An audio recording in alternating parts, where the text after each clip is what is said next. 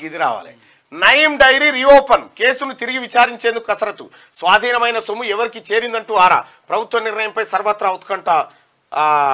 Police ఆఫీసర్లు పొలిటీషియన్లకు సంబంధాలు, పాత కేసుతో బీఆర్ఎస్ నేతల లింకులపై డౌట్ ఉందట.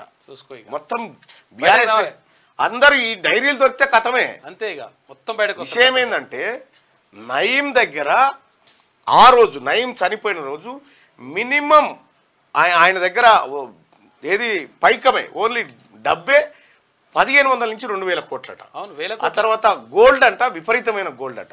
ఇదంతా కేసీఆర్ ఎత్తుకొని పోయిండు. ఇక భూములు 100,000 ఎకరాల భూములు ఎక్కడెక్కడనో దేశవ్యాప్తంగా వల్ల ఇక నయీం కేసును రీఇన్వెస్టిగేషన్ చేసేందుకు ప్రభుత్వం సిద్ధమవుతున్నట్టు తెలుస్తుంది. ఆయన డైరీలోని అంశాల ద్వారా నిజానిజాలు వెలికి తీసే అవకాశం కనిపిస్తున్నది. 8 ఏళ్ల క్రితం 2016లో జరిగిన ఎన్కౌంటర్, దాని కొనసాగింపుగా జరిగిన దర్యాప్తు వివరాలపై సర్కార్ ఫోకస్ పెట్టినట్టు సమాచారం. ఈ కేసు రీఇన్వెస్టిగేషన్ ద్వారా స్వాధీనమైన సొమ్ము ఎంత, అప్పటి అధికార పార్టీ నేతలకు ఏమైనా చేరిందా, నయీంతో సంబంధాలున్న పోలీస్ ఆఫీసర్లు ఎవరు, పొలిటీషియన్లతో ఉన్న లింకులేంటి, ఇలాంటి అంశాలపై క్లారిటీ వచ్చే అవకాశం ఉంది. దీంతో కొద్దిమంది పోలీస్ అధికారులు బీఆర్ఎస్ నేతల్లో గుబులు పట్టుకుందట. ఎమ్మెల్యే వంశీకృష్ణ ప్రస్తావనతో అచ్చంపేట ఎమ్మెల్యే డాక్టర్ వంశీకృష్ణ ఇటీవల ఈ అంశాన్ని ప్రస్తావించారు. సమగ్రమైన దర్యాప్తు చేయాలని చెప్తా ఉన్నారు.